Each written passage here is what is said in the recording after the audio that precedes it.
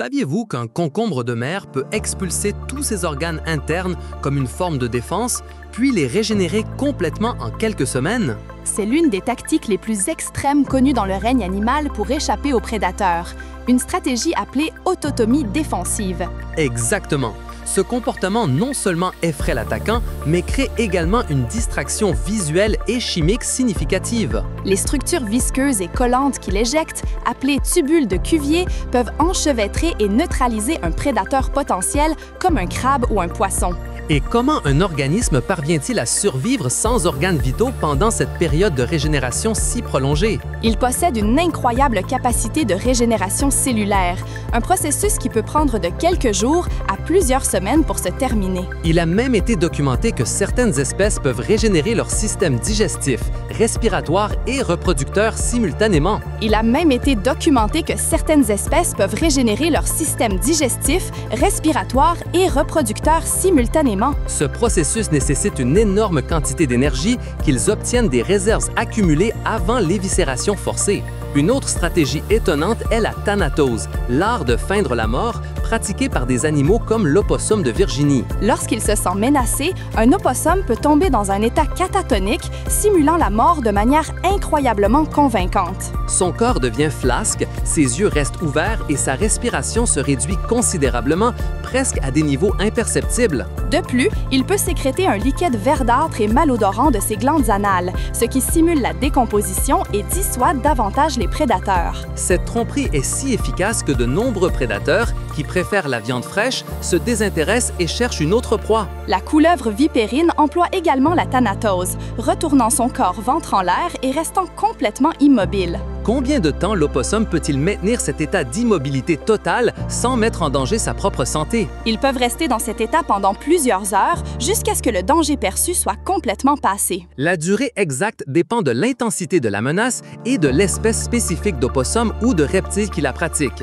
La troisième stratégie qui nous étonne est le parasitisme manipulateur d'esprit, un phénomène véritablement terrifiant. Un exemple classique est le champignon Ophiocordyceps unilateralis, connu pour infecter les fourmis charpentières dans les forêts tropicales. Les spores du champignon envahissent le corps de la fourmi et ses zips croissent, contrôlant le système nerveux central de l'insecte. La fourmi infectée quitte son nid et grimpe sur une plante jusqu'à une hauteur spécifique, généralement 25 cm au-dessus du sol. Dans cette position, la fourmi mord fermement le dessous d'une feuille, s'y assurant même après la mort. Ensuite, le champignon consume les tissus internes de la fourmi et une tige fongique jaillit de la tête de l'insecte, libérant des spores pour infecter davantage de fourmis. Ce comportement qui assure la dispersion du champignon est complètement étrange à la volonté de la fourmi parasitée. Un autre cas fascinant est celui du ver de crin, ou nématomorphe, qui parasite les grillons et les menthes. Après avoir mûri à l'intérieur de l'insecte, le ver libère des protéines qui affectent le cerveau de l'hôte, l'incitant à chercher de l'eau. Le grillon saute dans l'eau se noyant, ce qui permet au ver d'émerger et de continuer son cycle de vie aquatique. Ces manipulations chimiques et neurologiques témoignent de la complexité extrême des interactions parasites-hôtes. A-t-on réussi à isoler la substance exacte que ces parasites utilisent pour induire des changements de comportement aussi précis? Oui, les scientifiques ont identifié des neurochimiques et des molécules spécifiques, comme le tryptophane, qui altèrent la perception de la lumière chez la fourmi ou l'attraction à l'eau chez le grillon. La quatrième stratégie est celle des défenses chimiques insolites menées par des créatures qui utilisent la chimie à leur avantage de manière surprenante. La scorpion chimique emploie également des stratégies chimiques. Le scarabée bombardier, par exemple, défend son corps avec une explosion chimique. Lorsqu'il se sent menacé, cet insecte mélange dans une chambre spéciale deux composés, l'hydroquinone et le peroxyde d'hydrogène. Une enzyme catalytique accélère une réaction exothermique qui produit un jet bouillant de benzoquinone projeté à 100 degrés Celsius. Ce jet est libéré par une série de pulsations rapides jusqu'à 500 par seconde, créant un effet stroboscopique qui désoriente le prédateur. La moufette, quant à elle, est célèbre pour son puissant aérosol de soufre qu'elle peut pulvériser avec une précision allant jusqu'à 5 mètres. Ce liquide oleeux contient des thiols, des composés organiques extrêmement volatiles et nauséabonds qui causent une sensation de brûlure dans les yeux et des difficultés respiratoires. Son odeur est si persistante qu'elle peut rester dans l'air et sur les vêtements pendant des jours, dissuadant presque tous les prédateurs qui s'approchent. Le scarabée bombardier est-il le seul animal capable de produire une explosion chimique contrôlée comme méthode de défense? C'est l'un des exemples les plus notables, mais certains mille-pattes émettent également du cyanure d'hydrogène et certaines grenouilles dendrobates stockent de toxines mortelles dans leur peau obtenues de leur alimentation d'acariens et de fourmis. La 5e stratégie est celle du mimétisme et du camouflage maître, où les animaux deviennent de véritables artistes de la tromperie. Le poulpe mimétique ou Thaumektopus mimicus est le roi de cette discipline, capable d'imiter jusqu'à 15 animaux marins différents. Il peut se transformer en serpent de mer venimeux, en poisson-lion, en plie ou même en anémone de mer, en changeant sa forme, sa couleur et son motif. Des observations en Indonésie ont documenté sa capacité à reproduire le comportement de ces espèces, comme le mouvement ondulant d'un serpent de mer. Cette capacité caméléon lui permet d'éviter les prédateurs et de traquer les proies avec une efficacité stupéfiante. Un autre maître du camouflage est le poisson-pierre, Cynanthia horrida, qui se fond parfaitement dans son environnement rocheux. Sa peau rugueuse, pleine d'algues et de restes de coquillages le rend presque impossible à distinguer du fond marin. Ce poisson possède également 13 épines dorsales venimeuses, capables d'injecter une neurotoxine qui est l'une des plus puissantes connues. L'insecte bâton est un autre exemple de mimétisme cryptique, adoptant l'apparence de branches, de feuilles ou de brindilles sèches. Son corps allongé et ses pattes minces se fondent si bien dans la végétation qu'il est presque impossible de le distinguer à l'œil nu. Le poulpe mimétique imite-t-il uniquement d'autres animaux comme défense ou l'utilise-t-il également pour capturer ses proies? Il l'utilise à ses deux fins. Il imite des espèces venimeuses pour dissuader les prédateurs et aussi d'autres espèces pour s'approcher sans être détecté et tendre des embuscades à ses proies. La 6e stratégie nous emmène dans le monde du sacrifice reproductif et du cannibalisme sexuel, où la survie de l'espèce exige des actes extrêmes. La menthe religieuse femelle est célèbre pour son comportement de cannibalisme sexuel, dévorant souvent le mâle pendant ou après la copulation. Cet acte brutal n'est pas seulement une preuve de férocité, mais fournit des nutriments essentiels à la femelle pour la production d'œufs.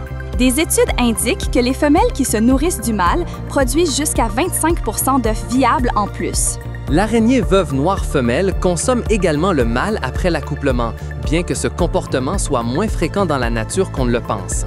Néanmoins, lorsque cela se produit, le mâle sacrifie sa vie pour assurer le succès reproductif de la descendance. Un cas plus surprenant est celui de l'araignée Stegodiphus linetus, où les juvéniles dévorent leur propre mère. La mère, après l'éclosion de ses petits, régurgite de la nourriture liquide et finit par laisser les petits la dévorer vivante. Cette forme de soin parental extrême, appelée matrophagie, garantit que les petits reçoivent les nutriments essentiels à leur survie initiale. Dans une étude de cette espèce, il a été observé que la survie des petits sans matrophagie était pratiquement nulle, ce qui met en évidence son importance critique. Le cannibalisme sexuel est un comportement qui profite au mâle d'une manière ou d'une autre, ou est-ce purement une perte pour lui individuellement? Bien qu'à première vue cela semble être une perte, chez certaines espèces, comme chez certaines araignées, le mâle peut augmenter la durée de la copulation et la fécondation des ovules en étant consommé, assurant ainsi son héritage génétique. La 7e stratégie est la cryptobiose, la suspension de la vie, une capacité étonnante que possèdent des créatures microscopiques et macroscopiques. Les tardigrades, connus sous le nom d'oursons d'eau, sont les maîtres de la cryptobiose, capables de survivre dans des conditions extrêmes. Ils peuvent entrer dans un état de déshydratation profonde, éliminant presque toute l'eau de leur corps et la remplaçant par des sucres protecteurs comme le tréhalose. Dans cet état, connu sous le nom de tonne, ils peuvent supporter des températures allant de moins 272 degrés Celsius à 150 degrés Celsius. Ils peuvent également survivre à une radiation ionisante 1000 fois supérieure à la dose létale pour les humains. Il a été démontré que les tardigrades peuvent survivre au vide de l'espace extérieur et à des pressions extrêmement élevées, supérieures au fond océanique. Les grenouilles des bois, Rana sylvatica, démontrent également une forme de cryptobiose en se congelant pendant l'hiver. Elles produisent du glucose et de l'urée qui agissent comme des antigènes naturels, empêchant la formation de cristaux de glace à l'intérieur de leurs cellules. Leur cœur cesse de battre, leur respiration s'arrête et le sang cesse de circuler, se transformant essentiellement en statue de glace. Lorsque les températures remontent au printemps, elles dégèrent et reprennent leur fonction vitale, revenant à la vie complètement indemne. Les tardigrades pourraient-ils survivre un voyage interplanétaire s'ils étaient exposés au vide et aux radiations de l'espace extérieur pendant une longue période? Il a été prouvé qu'ils peuvent survivre à des périodes prolongées dans l'espace, comme lors de la mission Photon M3, ce qui suggère une résistance étonnante aux conditions interplanétaires, bien qu'un voyage long et sans protection reste toujours un défi. La 8e stratégie nous amène aux stratégies d'alimentation bizarres, où la spécialisation diététique est la clé de la survie. La taupe à nez étoilé, Condylura cristata, possède l'un des nez les plus étranges et les plus efficaces du règne animal. Ces 22 appendices charneux, appelés rayons de 10 mm de long, sont recouverts de plus de 100 000 récepteurs tactiles. Cela lui permet de localiser et de manger des insectes, des vers et des crustacés souterrains en quelques millisecondes. Elle peut identifier et consommer jusqu'à 1650 proies en une seule journée, ce qui en fait le mammifère le plus rapide dans la recolobe. Le recherche de nourriquil. Le requin lutin, Mitsukurina ostoni, est un autre exemple d'alimentation insolite avec sa mâchoire protractile. Ses mâchoires peuvent s'étendre rapidement vers l'avant, se projetant hors de sa bouche pour attraper ses proies avec un mouvement de ressort. Ce mécanisme unique lui permet de capturer des poissons, des calmars et des crustacés dans les profondeurs marines où la visibilité est nulle. Le gypaète barbu, Gypaetus barbatus, a un régime presque exclusivement composé d'os, ce qui le différencie de la plupart des oiseaux charognards. Transporte de grands os à de grandes hauteurs et les laisse tomber sur des rochers pour les briser en fragments plus petits qu'il peut avaler. Son système digestif est capable de décomposer la moelle et les fragments osseux, obtenant ainsi un contenu nutritionnel élevé. On estime que les os constituent jusqu'à 85% de son alimentation, une adaptation surprenante à une ressource peu utilisée. L'étoile à nez étoilé utilise-t-elle son nez pour autre chose que la détection de nourriture souterraine? Oui, il l'utilise aussi pour construire ses complexes galeries souterraines, en poussant et compactant la terre avec ses puissants appendices nasaux. La 9e stratégie concerne les ingénieries défensives complexes où les animaux construisent des fortifications étonnantes. Les termitières, construites par les termites en Afrique et en Australie, sont des structures architecturales extraordinaires qui peuvent atteindre jusqu'à 9 mètres de hauteur. Ces forteresses de terre, de salive et d'excréments possèdent des systèmes de ventilation complexes qui maintiennent une température et une humidité constantes à l'intérieur.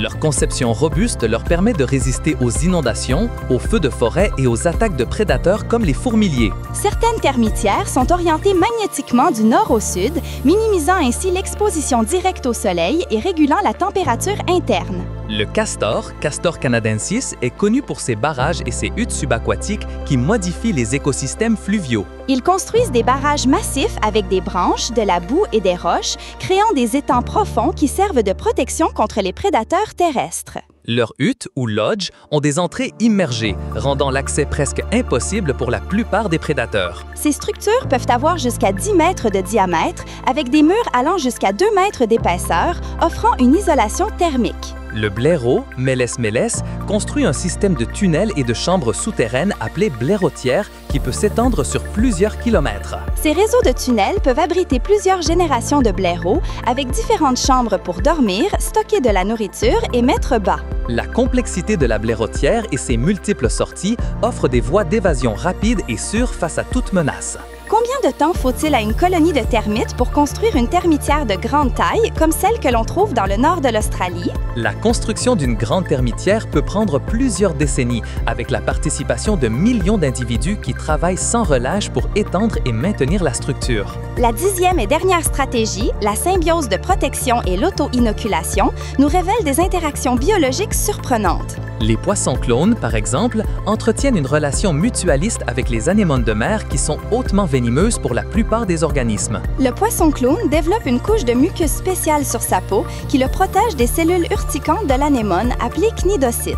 En échange d'une protection contre les prédateurs, le poisson clown nettoie l'anémone des parasites et attire des proies vers ses tentacules. Cette interaction est vitale pour la survie du poisson clown car il manque de défense efficace seul en pleine mer. Certaines limaces de mer, comme Aeolidiella stephaniae, vont encore plus loin en volant et en réutilisant les cellules urticantes des anémones qu'elles consomment. Ces limaces ne digèrent pas les cellules urticantes, mais les stockent intactes dans leurs cérates, des extensions dorsales en forme de doigts. Lorsqu'elles sont attaquées, les limaces libèrent ces cellules volées, les utilisant comme leur propre défense chimique contre les prédateurs. Cette capacité à voler les cellules urticantes est-elle courante chez les limaces de mer ou est-ce une compétence rare et unique? Ce n'est pas universel, mais on le trouve dans plusieurs familles de nudibranches et de limaces de mer qui ont développé cette extraordinaire capacité appelée kleptocnidie pour leur défense. Un autre comportement fascinant est celui des oiseaux qui se frottent avec des fourmis, un processus appelé fourmillement. Les oiseaux ramassent des fourmis, souvent des fourmis rouges ou de feu,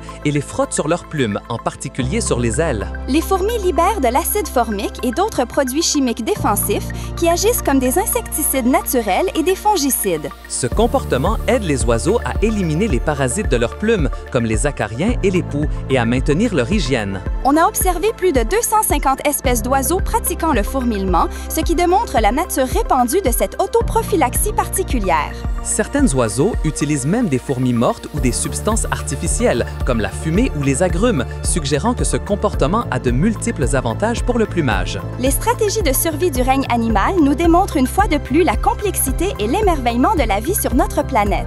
L'évolution a façonné des comportements qui défient notre imagination, permettant à la vie de persister même dans les conditions les plus difficiles.